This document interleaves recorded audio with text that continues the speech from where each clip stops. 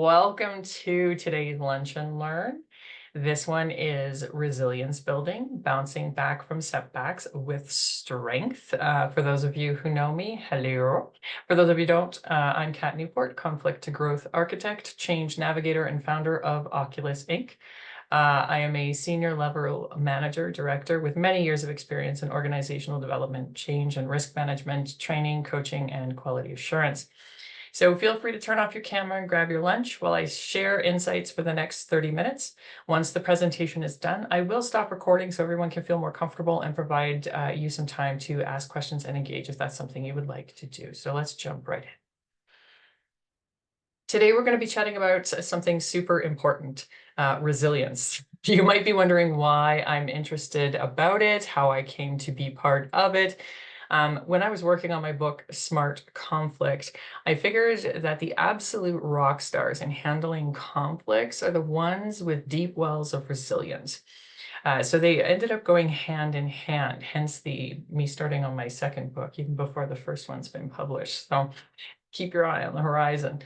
This presentation ties neatly into my social media posts about resilience, so I encourage you to follow me on Instagram and on LinkedIn to find out more and get a broader understanding on resilience. Personally, I've been challenged with many events in my life, and I'm often asked, how do you do it? How do you just keep going? And the magic word and the answer, as unsatisfying as it may seem, is simply resilience. So during our time together, we're going to take a bit of a soul-searching trip. We'll explore what resilience means. We'll check out how we are good at it and chat about handling life's ups and downs like seasoned pros. So let's jump in and discover the awesome power that resilience brings to the table for all of us. Some key points here to start off. Resilience isn't an innate skill. You're not born with a certain amount of resilience, and once you've used it all up, that's it, it's over. You're all done, you've used up your portion, and it's over. It's actually a learnable skill that we can all develop. So this is where some of the wording comes into play. If we look at the word resiliency, resiliency is often perceived as an inherent quality, something you're born with, suggesting a natural ability to recover from setbacks. It implies that innate toughness or capacity to withstand challenges without explicitly acknowledging the potential for intentional development.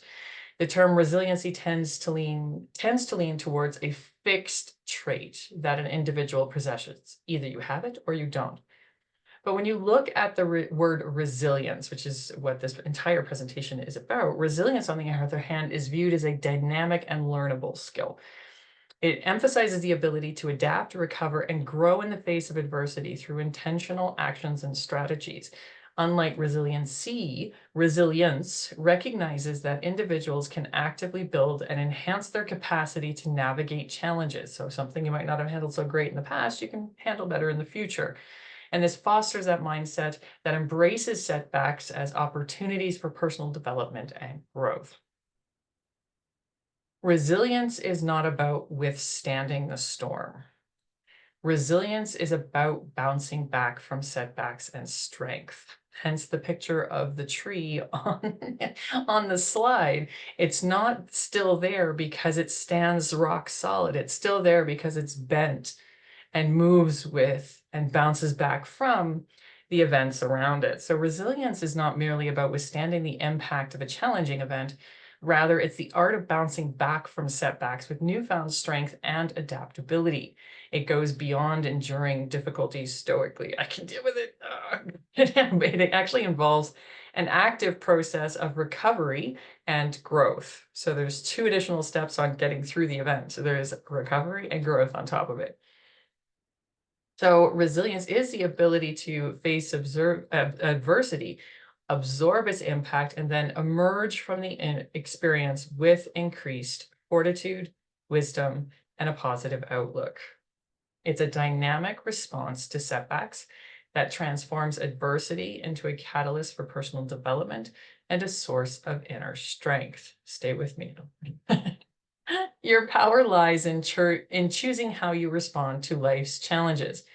At the heart of resilience lies The empowering recognition that you can choose your response to life's challenges. It's not about being passive in the face of adversity and letting it wash over you, but actively deciding how you navigate through it. Resilience is a conscious decision to confront setbacks with a mindset that turns obstacles into opportunities. By choosing a positive and constructive response, you harness the power to shape your own narrative, transforming difficulties into stepping stones for growth and strength. It won't happen all at once. You're going to get there bit by bit. It's in this freedom to choose that the true essence of resilience unfolds. So the key message, I think, on this slide is embrace resilience as a superpower, the ability to thrive, not just survive, in the face of adversity. You have choice and strength to shape your own narrative. So what makes resilience? What makes a person resilient? What do you need to look at, or what are some of the things you need to look at to start building your resilience in situations? The first one I want to talk about is emotional regulation. So this is the ability to manage and control your emotions through practices like mindfulness, meditation, and deep breathing exercises. The importance of emotional regulation here, it allows you to stay calm and composed in the face of challenges while fostering emotional well-being. And I think that that last part is super important. The more you feel a sense of well-being, the more you will be able to manage the events as they show themselves. The benefits of emotional regulation are reduced stress, enhanced emotional balance, and the capacity to respond to situations with greater clarity and control. Number two, positive thinking. And I'm not talking about toxic positivity here, unicorns and rainbows all the time. That's not what I'm talking about. Talking about adopting a mindset that focuses on the positive aspects of situations and reframing challenges as opportunities for growth. Not all sunshine and roses, but an opportunity for growth. This perspective, this positive thinking mindset, promotes optimism, enhances your resilience, and is a proactive approach to overcoming setbacks. So instead of being stuck in the moment, you're looking forward. We'll talk about that a bit more later. The benefits here of positive thinking is improved mental well-being, increased motivation, which is huge for resilience, and a heightened ability to learn and adapt in the face of adversity. Makes you more nimble. Speaking of, number three here is adaptability and problem solving. So this is the capacity to adjust to changing circumstances and effectively solve problems when faced with challenges. I'm sure we've all had those moments when we're faced with something we just don't know what to do, or we're not quite sure which leap to take. Resilience helps feed that ability to problem solve. So this enables us to navigate those uncertainties and find creative solutions to obstacles. Doesn't always have to be the same way. And the benefits here, that increased flexibility, enhanced problem-solving skills, and the ability to turn challenges into opportunities for personal and professional growth. The fourth one I want to talk about today is social support and connection, building and maintaining strong relationships with others, seeking support when needed, and fostering a sense of belonging. Establishing a support network like this reinforces the understanding that individuals are not alone in facing challenges. And let's face it, human beings, they're social creatures. We seek this connection. This has the benefit of improved mental health, increased resilience through shared experiences, and a sense of community that provides strength during tough times.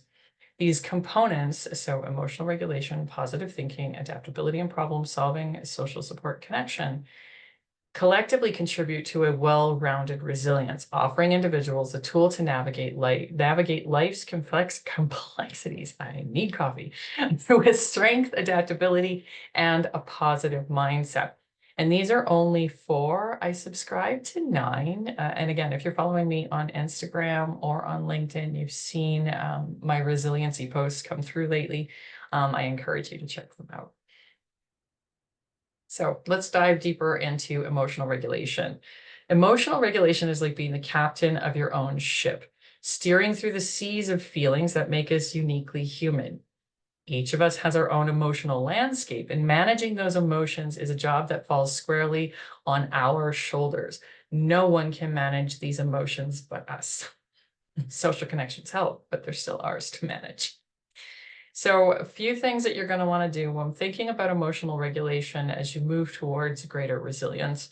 Number one, understand your emotional limits. So recognizing your emotional limits would be the first step. Just like we all have physical limits of what we can do, our emotional capacity has boundaries too. And it's okay not to be okay sometimes. And acknowledging that when you're reaching your emotional limits is a strength, not a weakness. This self-awareness allows you to navigate your emotions with honesty and authenticity. The second thing I encourage you to take a look at when thinking of emotional regulation is identifying triggers or stressors. So take a moment to identify the triggers and stressors in your life. Whenever this happens, I get really freaked out. What sets off those emotional waves? By pinpointing the sources of emotional turbulence, you gain the power to anticipate and navigate the challenging situations more effectively. It's like having a roadmap to steer around potential emotional storms. So here's 3 techniques you can start applying today to increase your emotional regulation and thereby increase your resilience. Number 1, mindful breathing. No, it sounds silly for me to remind you to breathe. The human body, when it's under stress, starts to breathe faster, starts to breathe more shallowly, which puts the brain into a fight or flight mode. If you take deep, slow, regular breaths, you're actually telling your brain that you are okay. So your logical brain is telling your animal brain that, no, I know you feel stressed and you feel threatened right now, but everything is okay. So mindful breathing is the first one that I'm going to offer you. Encourage you to find a quiet space, sit comfortably, and focus on your breath. Inhaling slowly through your nose, allowing your lungs to fill, and then exhaling gently through your mouth, paying attention to the sensation of each breath. For those of us who are very sensitive to feelings and somatic signals, this might be tough, or it might be very, very soothing, but feel that breath go in, feel that breath go out. This technique anchors you in the present moment and provides that calming effect to your nervous system. I'm a big writer. Tip number 2 I'm going to offer you is journaling. Take a few minutes each day to jot down your thoughts and emotions. I felt like this, I thought about this, write about your experiences, your challenges, your victories. This practice helps you externalize your feelings so they're not all bottled up in your head. It puts them out onto paper, providing clarity and insight into your emotional landscape. It's like having a conversation with yourself, but you're on paper. The last tip for emotional regulation, I'm offering progressive muscle relaxation, also known as PMR. So what you do here is you start by tensing and then slowly releasing each muscle group in your body, moving from head to toe. So you'd focus everything on your forehead, scrunch it all up, tighten it up, and then consciously release. And then around your eyes, and then your jaw, and then your neck as you move down, tighten, tighten, tighten, and then relax. Focusing on the physical sensations of tension and relaxation. This technique helps reduce overall stress levels, promoting a sense of calmness and balance. Again, you wouldn't be able to do this if you're in fight or fight mode. Your cognitive brain, your front brain, is telling your back brain that we're okay. In the vast sea of emotions, remember that you are the captain of your ship, not a popular opinion. No one can make you feel anything. Embrace your uniqueness, navigate your emotional waters with intention, and empower yourself with effective techniques to regulate and steer through the highs and lows of life. On to positive thinking. Positive thinking is not about ignoring reality or putting on a facade. It's a conscious choice to focus on opportunities rather than dwelling on obstacles. Each of us comes with our own unique temperaments, and positive thinking is a tool that empowers us to shape our mindset proactively. So a couple of things that you want to think about before you jump into positive thinking and starting to adjust this for resilience. Number 1, understand your temperament. Acknowledging your temperament is the first step towards positive thinking. We all have inherent tendencies in how we perceive and respond to situations. Positive thinking doesn't require changing your core temperament. Instead, it invites you to channel your innate qualities towards a constructive perspective. For example, I'm very risk adverse. I'm not a big risk taker. I don't like to take risks. But looking at a situation and going, we can manage the risk this way and still move forward to try and get that goal. It takes the fact that I do look for risks and I do look at risks, but it also allows me to plan to mitigate that risk. It takes some of that pressure off. So it's me balancing the two, my innate temperament with positive thinking. So it's going to seem a little weird, so bear with me. After you figure out what your temperament is, on a daily basis, choose positivity. Choose positivity as a daily decision. Positive thinking is an ongoing choice. That's what I said. It is an ongoing choice. Well, this happened and I can't be. If I have a really great day, then I can have a positive outlook. No, you can have a positive outlook anywhere, not just if your day is really great. It's a choice you make. So each day presents a series of decisions on how we interpret what's going on. And by consciously opting for a positive outlook, even in challenging moments, you actively influence your perceptions and responses, fostering resilience and a sense of empowerment. So here's the 3 techniques for positive thinking that you can start implementing today to start building your resilience. Number 1, a gratitude practice. Dedicate a few minutes each day to reflect and write down 3 things that you're grateful for, whether big or small. This practice shifts your focus towards positive aspects of your life, because we all have a tendency to think about the bad things, fostering a mindset of appreciation and abundance. I'm a big proponent of reframing negative thoughts. When faced with a negative thought, consciously reframe it into a more positive perspective. For instance, if you catch yourself thinking, this is too hard, shift it to, this is a challenge that I can learn and grow from. Yeah, it's hard, but it is a challenge that I can learn and grow from. Reframing like this helps break the cycle of negativity and cultivates a solution-oriented mindset. And the third recommendation or third tip to take away for positive thinking is visualization. Picture yourself in the future, successfully navigating a challenge or achieving the goal. This visualization creates a mental blueprint for success, enhancing your confidence and reinforcing a positive mindset. And to be quite honest, your brain has a really hard time separating reality from projection or visualization. And they think sometimes, and the brain can be fooled into thinking that it's already happened. So it does help with that neuroplasticity and that gaining that perspective, that positive thinking. So positive thinking is a skill that can be honed with practice. By incorporating these techniques into your daily routine, you empower yourself to approach challenges with a little more optimism, cultivating a growth-oriented mindset and seizing opportunities for personal and professional development. Adaptability and problem solving. Adaptability and problem solving are the dynamic duo that propels us forward. It's about choosing to gaze forward, seeing opportunities where others might see roadblocks, and refusing to succumb to self-pity. This resilience tool involves not just being creative, but also realistic about, about resources at your disposal. Again, this is not about rainbows and unicorns. It's that realism, okay?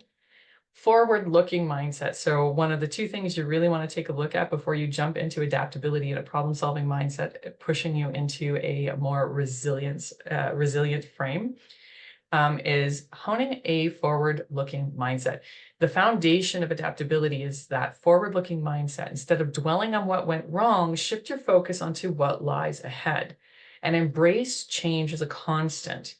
Viewing challenges as opportunities for growth. You're starting to see a theme here, I'm sure. This mindset positions you as an active participant in your journey, ready to tackle whatever comes your way. And the other thing you want to take a look at before you jump into adaptability and problem solving is your ability and desire to choose opportunity over self-pity. When faced with setbacks, resist the temptation to wallow in self-pity. Instead, consciously choose to see challenges as chances to showcase your problem-solving skills. This mental switch transforms difficulties into opportunities, fostering a resilient attitude that propels you forward with determination. So here's the 3 tips that you can start applying today to start building your adaptability and problem solving and your resilience. Number 1, mind mapping. This is a favorite of mine. So when confronted with a complex problem, use mind mapping to visually break it down to interconnected components, starting with a central issue and branching out, exploring potential solutions and their implications. This technique enhances your creativity and allows you to see the problem from different angles. Resource allocation. So tip number 2 is assess the resources at your disposal, time, skills, materials. If faced with a challenge, consider how you can reallocate these resources creatively. It may involve reprioritizing tasks, seeking assistance, or leveraging your skills in new ways. But being realistic yet creative with resources enhance problem-solving capabilities. And number 3 tip for adaptability and problem solving is scenario planning. Anticipate potential future challenges by engaging in scenario planning, considering various what-if scenarios, and strategize how you would adapt and problem solve in each situation. This proactive approach prepares you to navigate uncertainties with agility and creativity. So by integrating these techniques into your problem-solving toolkit, you empower yourself to embrace change, turn challenges into opportunities, there it is again, and navigate through life's twists and turns with adaptability and resilience. Jumping into the 4th. So social support and connection form the bedrock of resilience. Weaving a network that provides reinforcement and varied perspectives. It's about having your values reinforced by multiple people and groups and striking that multiple people and groups balance, that broad social circle with deeper personal connections for maximum benefit. So lots of perspectives and deep personal connections, both of them are needed. So before you jump into social support and connection and how that's going to impact your resiliency, I encourage you to take a look at diverse perspectives. Social support thrives on the diversity of perspectives. So surrounding yourself with people from various backgrounds, experiences, and viewpoints enriches your understanding of the world. So is this something you're already doing? Is this something you're comfortable with? Embrace the opportunity to gather insights from different walks of life, expanding your horizons and building a robust support system that reflects a kaleidoscope of human experience. If we constantly find ourselves with the same people who are like-minded, always doing the same things, our perspective is not necessarily challenged, and we lose an opportunity for potential growth. Also take a look at how many sources you have going on in your social circles. Having your values reinforced by multiple people and groups is like receiving validation from different angles. Seek connections with individuals who share your core values, but also engage with communities and groups that may challenge your perspectives constructively. This multifaceted reinforcement fosters adaptability and a deeper understanding of your own beliefs. If you're not quite sure what I'm meaning here, because it seems a little weird, I belong to a group of coaches, and we get together and we discuss certain topics. We're all coaches, but we're all from different backgrounds. We all are different types of coaches. We have business coaches, grief coaches, spiritual coaches. We get together, we all have different perspectives on the same topic. And it's very enlightening to challenge one another and see the perspectives each of us are bringing in from our cities, our countries, because it is an international group. So having that, yes, we have a commonality, but we don't have the same opinion on everything is very, very helpful. So 3 techniques for social support and connection as it links to resilience. Cultivate diverse social circles. If you don't have them, go find them. Actively engage with a diverse range of social circles. Attend events, join clubs, or participate in activities that attract people from different walks of life. This exposes you to various perspectives, enhances your social adaptability, and, broadens your social network. Regular check-ins. Establish a routine for checking in with friends, family, and acquaintances regularly. This can be through phone calls, video chats, face-to-face meetings. Regular check-ins not only maintain connection, but provide an opportunity to share experiences, seek advice, and offer support. I know it may seem silly, but I have a core group of folks that I will reach out to once or twice a week with a stupid dad joke or, just a hello, today's chocolate cake day, just to reach out that, yes, I'm thinking of you, I'm here for you. No expectation of a return text or anything, but it's just, yes, I'm here. It's that touch point with that social circle, those regular check-ins. Good for my mental health, and I hope good for yours. Thirdly, balanced social engagement. So strike a balance between broad social engagement and deeper personal connections. While broad social circles introduce diversity, deeper personal connections offer a sense of intimacy and understanding and hence security. So allocate time for both, ensuring you benefit from the strengths of both expansive networks and close-knit relationships. So by incorporating these three techniques into your social interactions, you're cultivating a support system that is both diverse and reinforcing. This robust network not only bolsters your resilience, but also provides a well-rounded tapestry of connections that contribute to your overall well-being.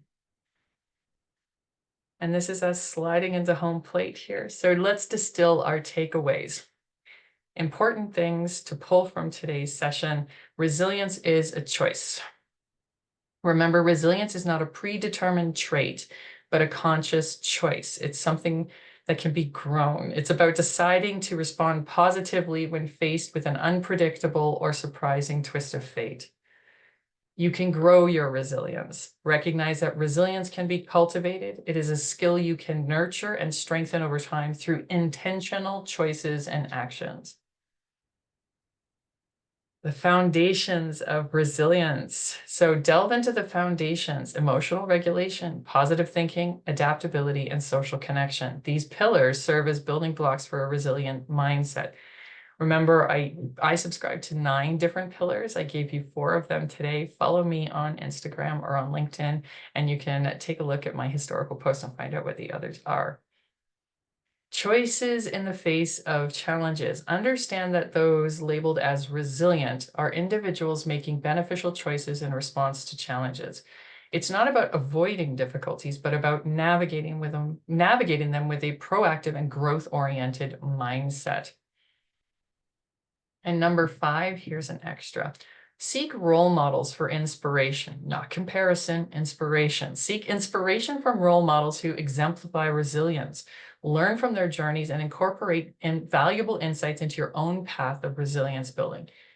In essence, resilience is not a fixed destination, but a journey guided by the choices we make in the face of life's surprises. As you continue your resilience growth, remember that each trace is an opportunity for personal empowerment and positive transformation.